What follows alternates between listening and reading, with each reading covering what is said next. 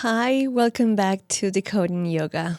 I'm Eli Aguilar, and today I am happier than the other episodes before because today is our 30th episode. And I have to confess, I didn't listen to podcasts before.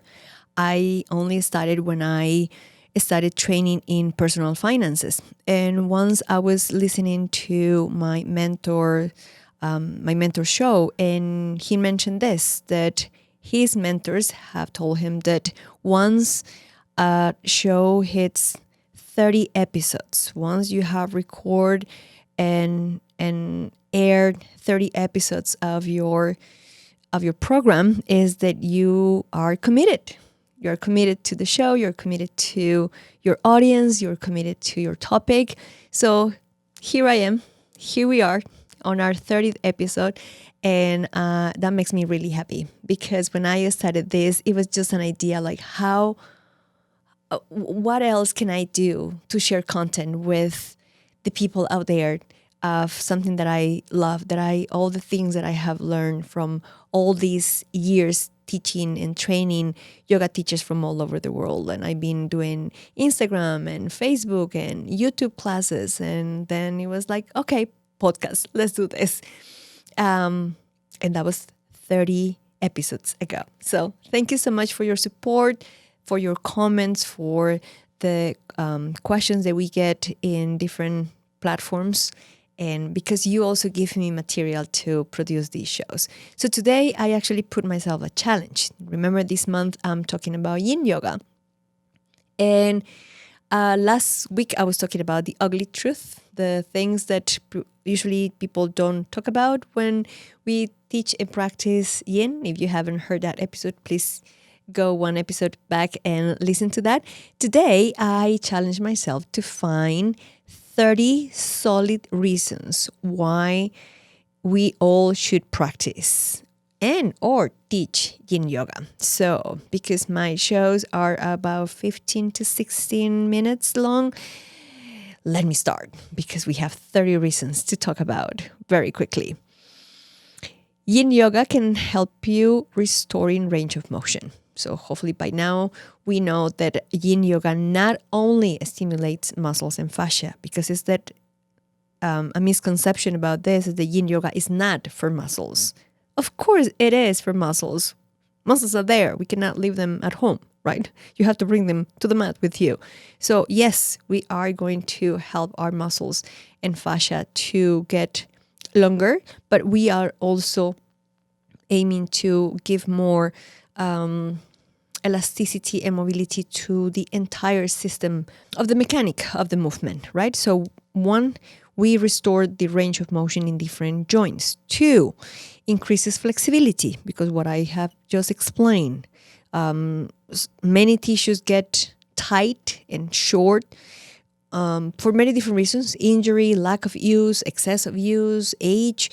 So we need to, it's kind of like massaging those tissues from inside out when we practice poses from a yin perspective, or in a yin way. Number three, it revitalizes the tissues of the body. When we are compressing and stretching and twisting the muscles and the tissues and the joints and the ligaments, we are stressing that area.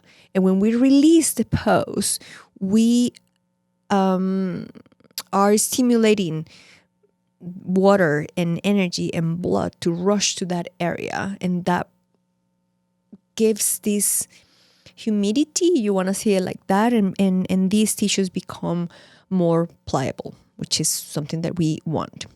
Yin yoga cultivate insight, and yin yoga is all about insight. If yoga in general, the yoga practice, the asana practice, meditation, pranayama, all those practices are a work in, not a workout. It's a work in. Yin yoga even more, because in yin yoga we have time. We have the precious gift of time. We stay in silence, in stillness for a long period of time. Number five, it forces to slow down. It doesn't matter how hectic your life is. It doesn't matter how much work you have, how many emails, how was the traffic jam. In the moment that you are practicing asanas in a yin way, we have to slow down. There's nowhere to go, nothing to achieve. We just surrender and stay in stillness. Number 6, teach us self-compassion, because it's a work with ourselves. It put us again in contact with what we have, where we are right now. That's it. We are nothing. We're not going, we are not comparing ourselves. We are not trying to achieve anything, and observing what our body needs and how our body is responding and our mind is responding, and just being there with that is a form of self-care and self-love. Number 7, we sit with our emotions, whether you like it or not. Things are going to come up. Not because the emotions are stored in the body, which I promise you, I'm going to talk about this in another episode. I have a YouTube video already about this. Emotions do not get stored anywhere. That's a different story that I will talk eventually. But our body remembers sensations. Our body remembers feelings. And those things can come back up. And this is when we get in touch again with those emotions, with those feelings. We pay attention. Oh, I'm feeling happy. I'm feeling sad. I'm feeling angry. So it's important to put a name in what I'm experiencing, how and where I feel this, and explore them, be aware of them. That's it. Let them go. Number 8, become more resilient to stress.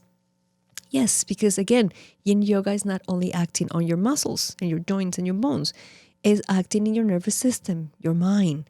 It helps us to face discomfort, which is one of the things that I talk in The Ugly Truth of Yin Yoga. It helps us to face discomfort.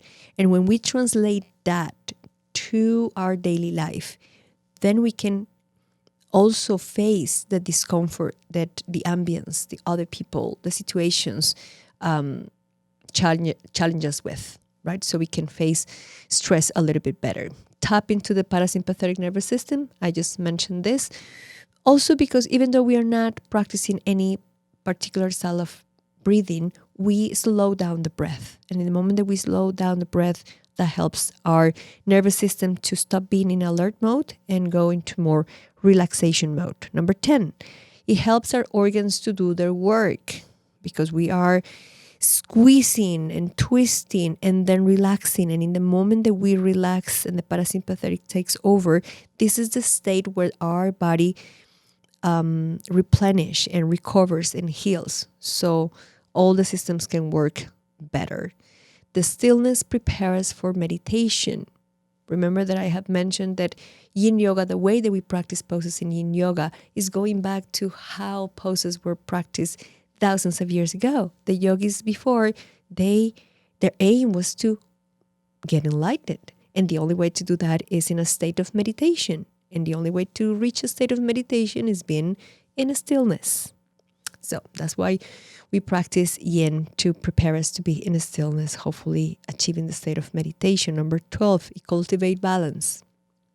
Yin yoga brings back that part of that energy that we're missing, especially when we live in such a yang, active, dynamic, hectic energy all day long with our daily lives.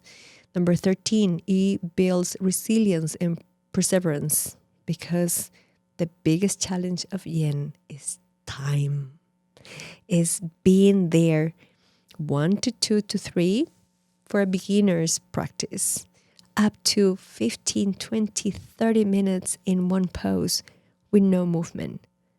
That requires strength, courage, and patience, definitely. Number 14, you become intimate with yourself. And that's why I keep asking my students from the Yin Yoga Teacher Training course, do not play music.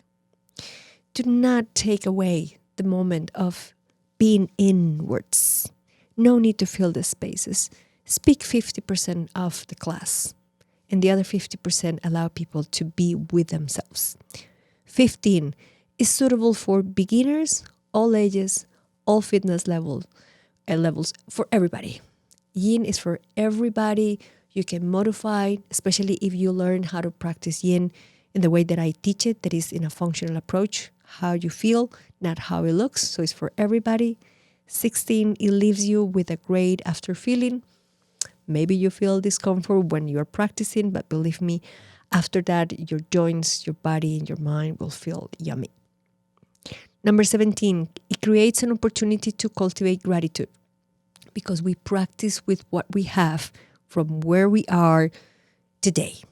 And we are grateful for what our body can do today. We don't worry about what we can do tomorrow because we don't know. It is going to do something different.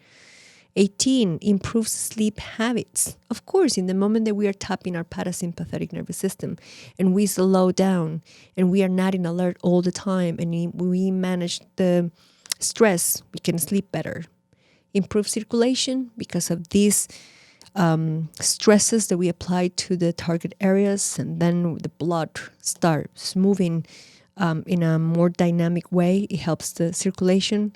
Releases blockages of energy. As I said, it doesn't release emotions. It releases energy that can get stuck. Same as tissues get stuck somewhere, energy also gets stuck, but that's a separate episode. 21, reason 21, it helps promote mindfulness. In the moment that you are present, here, paying attention, that is mindfulness. Not in the future, not in the past, here. Promotes feelings of deep calm.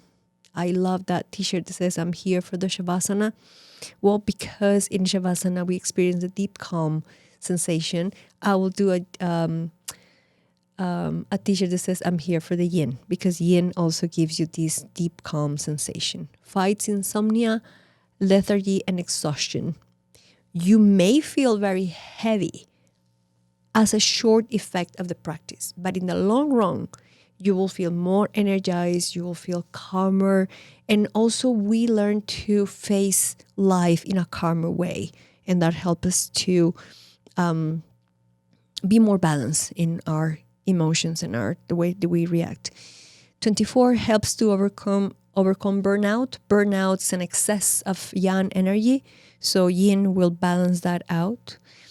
Enhances mental focus because, again, when we are in the practice of asanas in a yin way, we are focusing in that target area, in that sensation that you're feeling in this moment. And then you let go. And then we start putting attention in what is happening now, what is arising right now, and then we let that go. So that helps us to focus our mind. It promotes relaxation because, again, we are working in the long run with the parasympathetic nervous system. 27, it supports the healing process. Here, we just have to be mindful that we don't want to practice yin necessarily when there is an active injury, but once that wound, I'm speaking physically here, right? When the wound has healed, it really helps to stretch the scar tissue. So it helps that healing process of the scar tissue. Develops breath awareness because we pay attention to breathe in a yogi way, in a steady, calm way, using the same time to inhale and exhale. It's a perfect complement for other disciplines. Majority of all the other disciplines that we practice, whether it's a style of yoga or lifting weights or running or cycling or whatever activity you do to keep yourself healthy and strong and functional, they have a more yang characteristics. So practicing asanas in a yin way is a great complement. And number 30th, the last one that I wanted to leave at the end because I wanted to pair it with the episode that the topic that I was talking in last episode is yin yoga takes you out of your comfort zone. And that to me is the biggest benefit of yin. Is the main reason of practicing yin. We do want to push ourselves out of our comfort zone. again, and I'm going to repeat this, I said it last week and I'm going to say it again, in any aspect of our lives, if we want to grow, if we want to evolve, if we want to become better, we have to make ourselves uncomfortable first. And in that zone is where the magic happens, is where the change happens. Not in that comfort, happy, joyful zone. Well, actually, to be honest, sometimes the comfort zone is not joyful and happy. Sometimes it's very crappy. But because we are used to it, it's better to stay in the old, the face the new. Yin yoga is going to challenge you to the new. So if you don't fall in love with yin in the first, second, third try, believe me, you are not the only one. That happens to me too. I didn't feel very happy. I didn't like it much. Because what? Of course, I was already in my comfort zone. It was a discomfort, an uncomfortable place of Ashtanga, because Ashtanga is not piece of cake.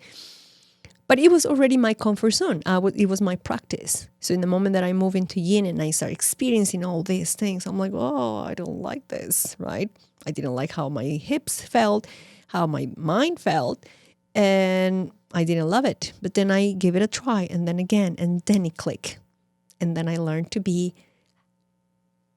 I wouldn't say happy, but I learned to be at peace in that new discomfort zone. So there you go. You have 30 reasons, solid reasons to practice yin. Thank you so much for listening. Thank you so much for your support. And next week we will have another episode where I'm going to be talking about yin yoga and some practices that I have my doubts about it. Stay tuned and hear you back here next week. Bye-bye. Hi, and thank you so much for watching this video. After so many years of teaching in yoga teacher training courses, I realized that a lot of people don't understand exactly what yoga is, or they have a lot of misconceptions and doubts. And that's why I created the podcast Decoding Yoga. Every week, I share a new episode with you where I talk about cues, about postures, about yoga as a lifestyle, about these myths, these doubts, these ideas that we have been repeating in yoga classes, and we don't even know what they mean. We don't understand what those cues mean, and we keep repeating them. So we have repeated so many times that we believe they're true. So I hope you can join me in the next episode. You can watch the video here, or you can look for the show in any of the audio platforms available. And if you have a question, a doubt, you have heard a myth about yoga and you want some clarification, let me know below this video and I will be happy to create a program to reply to you. Thank you.